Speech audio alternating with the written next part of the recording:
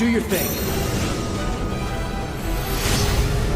Hello everyone, and welcome to Final Fantasy Theory. Today's theory: everyone loses at the end of Final Fantasy VI. FF6 is an interesting title because it is one of the only entries where the final boss more or less wins, whereas the others are on the brink of victory. Even though Kafka is defeated at the end of the game, the world is completely devastated by his magic. Kafka managed to wipe out entire populations of people before his defeat. Entire ecosystems shredded beyond repair. I honestly believe that the heroes and the rest of the world die in the end anyway. When the heroes defeated Kafka, they also destroyed the goddess statue. This caused all magic, including the Espers, to disappear from the world. They were the only ones who could have repaired the world. Unlike FF5, where everything is returned from the void back to the world, that didn't happen in 6. Kafka slaughtered way too many people for the world to be repaired. Before he even becomes a god, Kafka poisons an entire kingdom just because he can. He even betrays his own people for his desires to become a god and destroy everything. This is one of my biggest critiques of 6. There's honestly just no appeal to the villain's motives. Now, this is just my opinion, but I prefer villains with a strong motive, kinda like tragic villains. Pure evil villains just tend to be a turnoff for me. That is one of the many reasons 12 didn't appeal to me either. Some like that type of villain, and there's nothing wrong with that. But don't let my critique take away from Kafka's accomplishments. He is one of the only villains to basically succeed in the end of his game. For a little backstory on the Clown Prince, before going to Gotham to fight Batman, Kafka was a regular citizen of the Empire. He was one of the first people to be experimented on with the Magicite, but the process was still new, and it resulted in him going mad. His destroyed mind and lust for power brought him to his goal to become a god. This is what brings me to my theory on why everyone loses and pretty much everyone dies.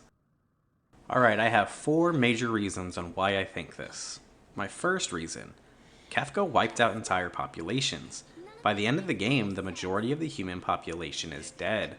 This would make repopulation very difficult, especially with all the time needed to fix the world. There is also the disease that would come from the rotting bodies.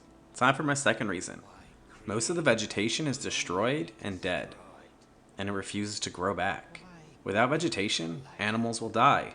Without animals and vegetation, humans will die. Even if humans could start getting the vegetation to grow again, it is likely it wouldn't be fast enough to keep most of the cattle-like animals from starving to death. Alright, before we continue, if you really like this video, it would help out a lot if you would hit that like, subscribe, and turn on all notification buttons. And share it with some friends. Okay, let's move on.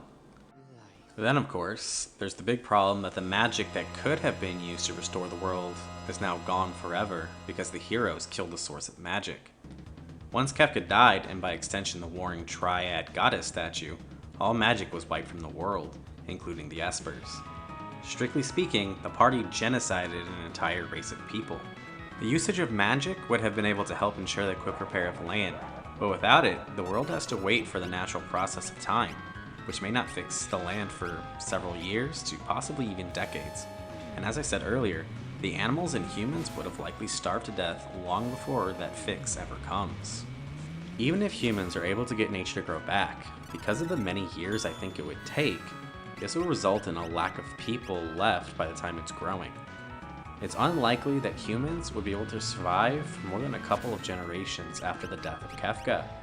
Disease from the rotting bodies, the mass extinction of animals, and the lack of resources would result in the end of all life on their planet. The party may have won the battle, but they lost the world. Now I know that was all really dark, but I think most everyone would agree Final Fantasy VI is one of the darkest of the series. So what do you guys think of my theory? Do you agree? Discuss down below. Hit that like, share, subscribe, and notify button. Thanks for watching.